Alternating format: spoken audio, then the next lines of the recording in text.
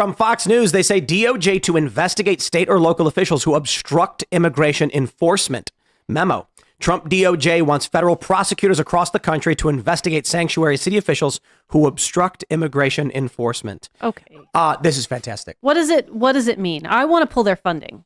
I want to see a real you're a standoff libertarian. financially. I want to just pull the funding. Well, I'm okay with that too. But what this says to me is it's illegal to aid and abet criminals. And California is in violation of federal law. And the people who aid and abet the criminals should be charged in whatever capacity we have codified laws. Are we going to do that? Are we going to start arresting governors and mayors? I mean, I'm getting a little excited. Yeah. What is Michael Malice's T-shirt? Governors for Gitmo. Gitmo. I think normally I would say if a state made a choice, interstate, just leave it to the state, unless it's like a horribly egregious moral, dilemma. But because these people cross state lines to get there, that's the problem. Fair enough. But and also the United States is charged with protecting the borders, first of all, and second of all, the United States also has like the supremacy clause. Laws that are made by the United States take supremacy over state laws. So when the United States says it is illegal to enter the United States without proper documentation, that's a law that the whole country has to abide by. I don't necessarily know that you arrest a governor, but you pull funding from California. Pull that funding. They have so much money and they brag about how much better they are. We have so much money. We have so much industry. Put your money where your mouth is. I don't think we're going to end up arresting governors, but the left has set the precedent here. I mean, they arrested a president, a former president, and tried to put him in prison. So why not? I mean, they've done the most extreme version of that it's possible to do by trying to put a president in prison. Why do they protect murderers who are here illegally? I understand there's sob stories. There's people who bring their kids across. You're 11 years justice. old.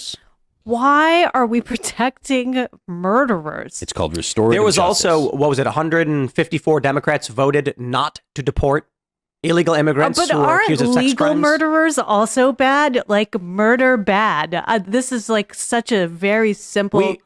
We had Ro Khanna on, and he voted against the Lake and Riley Act. And he said his concern was that it allows the deportation of someone just for being arrested. And, we didn't really get into it, but I'd like to say to him, at least now, but they're here illegally. Right. So that's what we do when this is the crazy thing. Like the argument is the Lake and Riley Act is anyone here unlawfully who also commits these crimes, burglary, theft, or whatever. If you are arrested, then they're to be detained by Homeland Security and deported. And his argument is, but they've not been tried. They've only been arrested. We're not deporting them for committing burglary. We're deporting them because we've arrested them. They are in violation of the law already, and we deport people here illegally. That's it. Yeah. Well, I mean, there you go. And to your question about why would you protect murderers? But part of it is on the left. It's like they're not, and we've seen this. They don't get very angry about violent crimes. They're not crazy because and the reason for that is that I mean we had this notion. You're going back, even when I was a kid, we heard about you don't hear the term very often anymore. A bleeding heart liberal. Yeah. And the idea was that if you're on the left, your problem is that you're overflowing with too much compassion. You're too sensitive, and then we got to the sensitive snowflake thing. But that was never true. It's actually on the left. They are cruelly indifferent, in fact, to suffering. And so when they hear about a violent murderer, they don't feel the innate rage and anger that everyone at this table feels because they just don't care that much. And then that's why their compassion for criminals, it's a very cheap compassion because it is they could talk about forgiveness and let them be rehabilitated. Well, it's because you don't actually care. You're not actually angry about what they did. Yep. Wanting to harshly punish criminals is that comes from a place of love and a thirst for justice that I think they just don't. Most modern leftists don't value life. I think and they're nihilists. they hate humanity, and they'll stand on dead bodies to promote whatever they want. Why is it just like a disassociative? Like it hasn't happened to me, so it doesn't sound that bad from a distance. I'd like to point out an example that Phil had tweeted before, where they show results of a study that found that conservatives tend to have compassion for their friends and their family and the people around them. And Democrats and liberals tend to have compassion for inert objects like rocks. I am not being mean. That's the literal language of the study. Democrats have compassion for inert objects. That's what it said. And how do we clarify that into layman's terms? Democrats care about don't blow the mountaintop off that, it's bad. We don't like that mountaintop being damaged. Don't chop down those trees. Conservatives are like, please stop abusing these children. In Starship Troopers terms, the left loves the bugs. Yes, that's a really good way to put it. Well, you know what? It's like this inversion, because the natural human thing is to care the most about the people that are very closest to you. Yes. So your spouse, your children, if you're married, those people that you care the most about them in the entire world of all people. You prioritize them. And then from there, you have kind of your extended family, your friends, and then your community, your immediate community, and then your state, and then your country. And then far, far down the line, you care about like the whole nation, all the nations of the world. And that's the natural thing. But on the left, they've kind of demonized that approach because if you look at it that way, then you're small-minded and you're bigoted and you're nativist and you're all these things. And so they flip it around so that their compassion immediately goes to the broadest place. Furthest away. Right. They talk about the world and humanity. And they don't people. have children, which helps with the inversion because there's nothing close to them to love. And the thing is that and then even like climate, I care about the climate. Like caring about that, it means nothing and it costs you nothing because you can't, I can't do anything about the climate. I can't do anything about humanity. I can't save humanity. I can care for my children and that takes like a daily effort and sacrifice. And so they'd rather not do that. Instead, they'd rather sit back and just talk in the abstract about how they love all people everywhere. And they don't. I was thinking about that. Spend any amount of time with many of these people. I'll give a shout out to one of my favorite countries, Sweden. I know it's been a while since I was there, but they love to talk about how they're not racist and they're very progressive. And it's actually one of the most racist countries I've ever been to. They isolate their migrants into ghettos. They moved them over decades into these isolated little communities where they are effectively outside of Swedish society.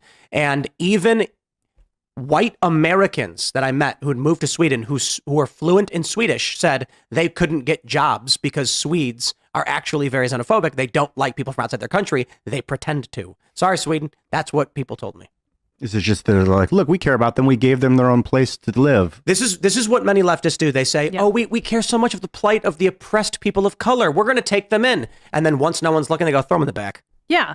They'd collect them. It's like McDonald's Happy Meal toys. On the drive over, I was thinking about the difference of the left and the right. And it's not just the two sides, but in this political instance, there's the people that care about the group and the power and the strength of community and group. That's the left, is like, together we are strong, that's the fascist crap, whatever, together. And there is something to that. A group is way more effective than a single person in a lot of ways.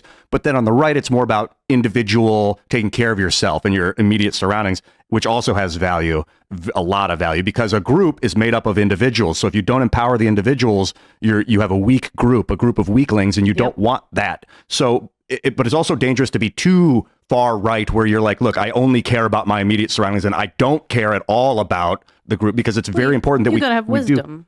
Make sure that people aren't crapping in the water upstream, because there are people living downstream and one day that's going to come back to you. And there's a balance, there's a fluctuation between, I think, both sides that you have to maintain. Yeah, that's a good point. And the other thing about immigration and the compassion of it, how their position is supposedly compassionate, is it's very funny to me in a morbid way how open these people are about the fact that what they're really concerned about is that they're going to lose their slave labor. And, we heard it from the woman who gave the fake bishop who gave her sermon. Right. Who's going to mop our floors? Who's going to pick our crops? Who's going to shine my shoes if we don't have the illegals here? That's exactly how they think of it. I mean, they just come out and say it. Even beyond that, a lot of the people who come in illegally end up homeless, or they live just in hotels. Mm-hmm.